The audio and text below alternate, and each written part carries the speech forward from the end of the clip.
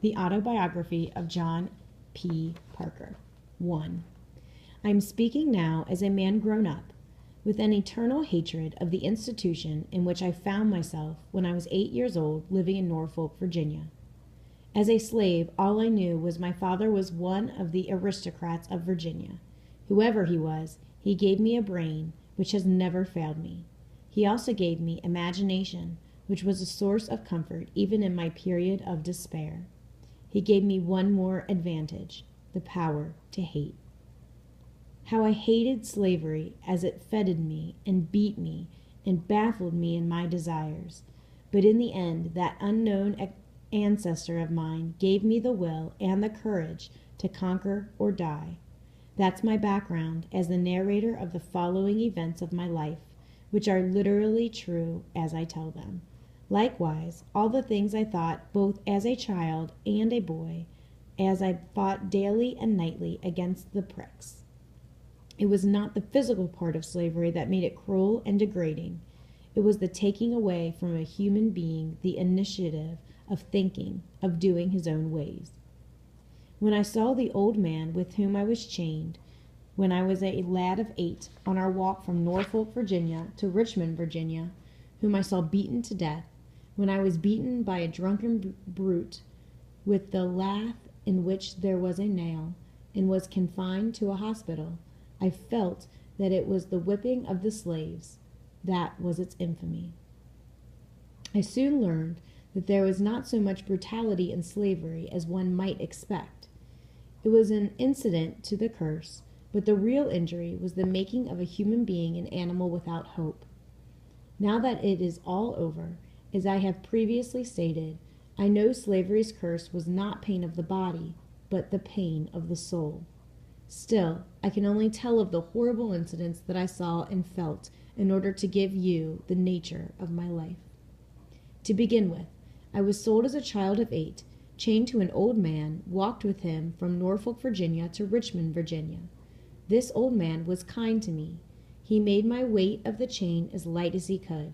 He talked to me kindly, because I was broken-hearted at leaving my mother.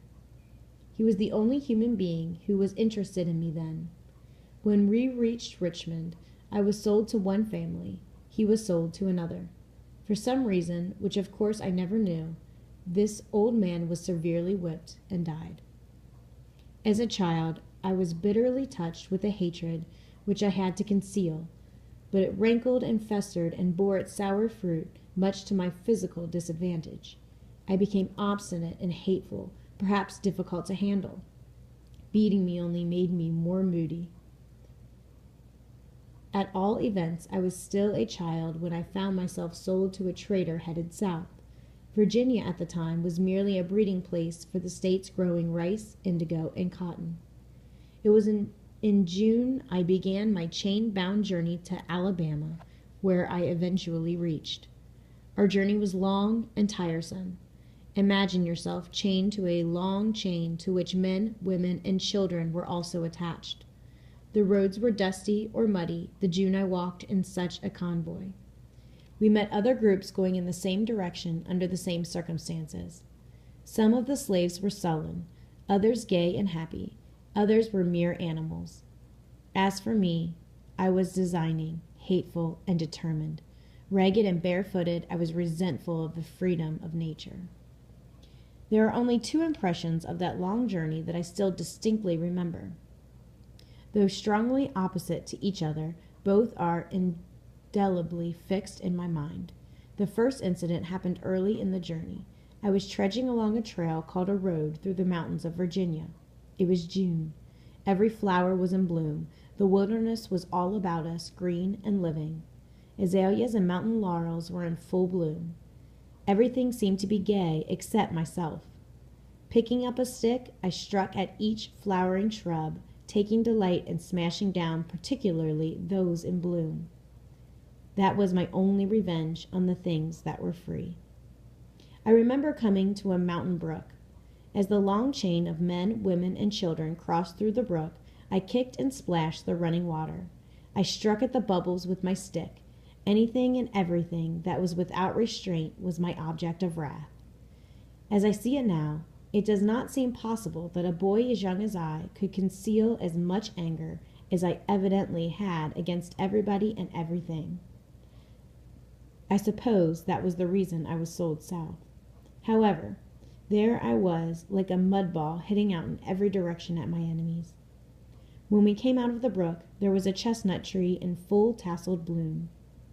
In the midst of the clusters sang a red bird, to me a red blotch of blood. In an instant I had seized a rock, and with all my youth and heart of hatred I threw it at the red bird. It flew away carelessly, but if it had been in my power I would have killed it and been glad of the deed. What I did do was to shake my fist at it and curse it. The rest of the slaves laughed at my anger. My second recollection of this long journey was a black boy, Jeff. He was hitched to the caravan the 4th day out of Richmond. He was even smaller than I, had never been away from his mother, blubbered and cried until I kicked him to make him keep still. As my cuffing only made him cry more, I soon took pity on him. There was another boy, larger than either Jeff or myself. One night this big boy took Jeff's dinner just because he was bigger and stronger. I didn't think it was the stealing of Jeff's dinner that enraged me so much as the fact that he was stronger and used his power against his weaker comrade. Whatever it was, I was on him like a hawk, pummeling and clawing him until he was glad to release Jeff's dinner. From that time forward, I was the champion of the weak. I had found a way to beat at the might is right policy which had enslaved me. As a child, I had not worked my plan out through any mental process. It was just animal plus human hatred. One hot day, the caravan halted at the well with a old-fashioned windlass and bucket. For some reason, the procession moved off before Jeff, who was chained next to me, or myself, had our drink. The bucket still had water in it when we came up to it. Instantly I seized it, took a half hitch on the chain, and held the bucket down for Jeff to drink. I heard the windlass ripply unwinding back of us. Then there was a tightening of the rope and a crash, and trailing to the road back of us was what was left of the windlass and the well casing. Tossing the bucket aside, I went on my way without my drink, but with full contentment through the damage I had done. The slave dealer came down the line, but no one knew anything about the accident. This incident was bad for me because for the first time it came to me that I could get away with things and not be caught. That was the white man's brain at work in me. There's just one more incident with Jeff, and he passes from our picture forever. Late one hot afternoon, after a dragging day's walk, the caravan came to a stream, over which was a bridge, over which we could have gone with safety. But the slave trader, for some reason all his own, decided to put us through the stream by way of a ford. He did not know the ford, but had the assurance that the water was low and the ford safe. Then he sent us in. Instead of striking the ford, the leader went below. Everything went well until we reached the center of the stream, when without warning the leaders plunged into a hole. As the men ahead struggled, though they pulled those back of them into the deep water. Fortunately, the hole was not wise, otherwise we would have been drowned. As it was, those behind held back, while those in front pulled ahead. Chained as we were together, we were pulled into the hole in spite of all our efforts to keep out of it. Desperately we struggled, but the relentless chain dragged us on. Seeing we were in trouble, knowing Jeff was shorter than myself, I seized him as we went over the brink into the mass of struggling people. As I pushed Jeff up, I went down, the chain pulling me off my feet. I struggled to my knees, only to be dragged flat on my face in the mud. We were dragged out unconscious. Jeff came to quickly, but it was some time before I recovered. As I look back, there it was. I first felt my ability to carry things through to a successful issue. Don't forget that while I was young, I had been forced to take care of myself, so I was old in experience and quick at observation, different entirely from the crew to which I was hitched. Jeff went on his way, but he taught me many things through my service to him because I hated the strong, not because I had any personal love for him. Just a word about Alabama in the days of my journey. At that time, we were in the midst of a forest cut by roads. Along the coast of the Gulf of Mexico, there were towns, but the interior was covered with a dense woods, which was being cleared as rapidly as possible for cotton fields. In the north, the clearing of a few acres was the task of years. The white prisoners took their time and did the job comfortably. Not so Alabama. Cotton was in demand. Each field was a gold mine, so that Virginia, Kentucky, and Missouri, where cotton could not be raised, were the new breeding places for slaves, who were sold south like their mules to clear away their forests. Consequently, the slaves were driven hard, early and late, to clearing the land for King Cotton. There was no let-up in the driving. Forests were literally dragged out by the roots. It was into this situation that the men and women of our caravan were hurled, while the boys and girls were sent into towns until they were stronger. For this reason, I was taken on to Mobile. There I was bought by a doctor, though I was a mere ragamuffin with a bad reputation. He was a gentleman of the Old South, kind-hearted and very thoughtful of me. His treatment of me was all that I could hope for, so I responded to it and gave him no trouble, nor was I ever harshly treated by him.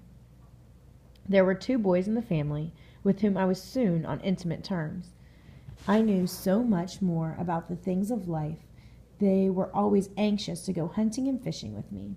On these excursions, they taught me how to read and write. They also procured me books to read, which I read over and over again.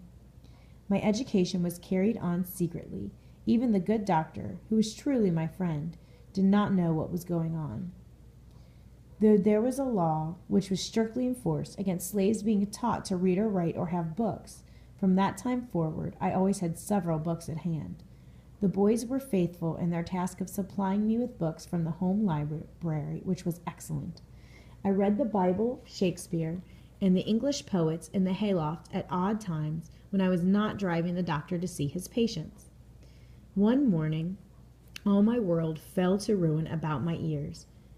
It all came about through the doctor deciding to send my 2 boy friends to Yale. At first, it was planned that the boys should go alone. Then, much to my delight, the plans were changed, and I was to go along as their servant, which pleased me greatly, because the boys had quietly promised me I could have all the books I could read. I was now 16, strong and sturdy. I had a complete new outfit, which pleased me greatly. We went from Mobile to New Orleans by boat. From New Orleans, we went up the Mississippi by steamboat. Considering the emptiness of that big river of all river traffic at this time, you can't conceive of the varied and multitudes of river craft that fairly crowded it to its capacity at the time. You must remember the North was feeding the South, also clothing it, as well as supplying it with all sorts of manufactured articles.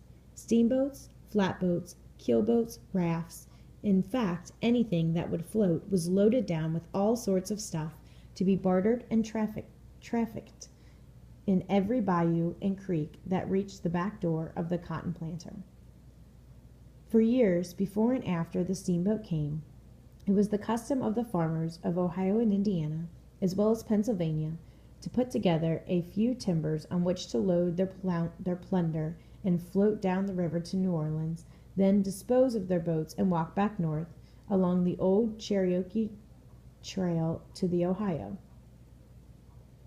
Along the banks of this river were well-beaten trails and taverns to Cincinnati or Pittsburgh. At this time, the flat boatmen all took steamers to their destination. Natchez under the Hill was at its height of wickedness and killings. It was like Dodge City in later days, when the cowboy, buffalo hunter, and bank robbers were in their zenith. Of course, Natchez was a source of attraction to my companions and myself. Even the good old doctor was interested in the sordidness and color of the most wicked city in America. The shacks along the riverbank that sheltered the riffraff of the river was indescribably bad. They were wood, 1 story high, low-browed, and dirty. All flatboatmen were dressed alike in flowing red flannel shirts opened at the neck, with a broad-rimmed hat, a handkerchief tied loosely around their necks, a pair of jeans trousers stuffed down into the broad tops of rawhide boots, sleeves rolled up to their elbows. They were as rough a crew as could be found in any part of the world. Instead of pistols, they carried knives, which were more dependable at the time than firearms. For some reason I never could fathom, there was an intense hatred between the raftsmen and the flatboatmen. They went in gangs ready to pounce on each other at any turn of the street. In these fist battles, there was no limit placed on biting, clawing, kicking, hitting, or gouging of eyes. While no weapons were used, it was a combat of strength and brutality, maiming and killing its victims remorselessly. The champion of the river at the time was a flatboatman named Mike Fink. His name was nationwide. His brutality towards men and women was beyond belief. Strange as it may seem, there was always some bully ready to challenge Mike at any big landing.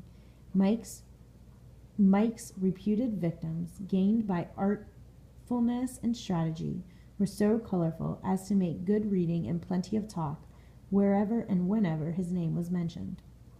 The one story of that period about Mike which I remember was one about one of his numerous women. Mike, being suspicious of her loyalty, drove her ashore, tied her to a stake, piled up leaves and brush around her, set it afire, and left her to her fate. It was only the unexpected presence of a flatboatman that rescued the unfortunate woman that prevented her from being burned to death. One more statement, and I am through with the old days on the Mississippi. Every flatboat had its crew, either a bugler or a fiddler. It was the duty of these musicians to entertain both their own crew and announce their arrival at an evening landing or approach to a large town. Some of these men became very proficient in their use of their instruments. Time and again, when our steamer, the Stag, passed by a flatboat, the winding horn was blown in true English hunting style. When they landed at night, when they cut loose in the morning, and all through the day, these blasts and fiddlings could be heard across the water. Strange how silent and empty are the Ohio and Mississippi these days. All those crew of restless, sturdy, and rough, strong men gone and mostly forgotten. I liked the river then much better than I do today. At Pittsburgh, we left the river for the great and busy highway to Philadelphia. Like the rivers, the roads were filled with traffic going across the mountains for the west.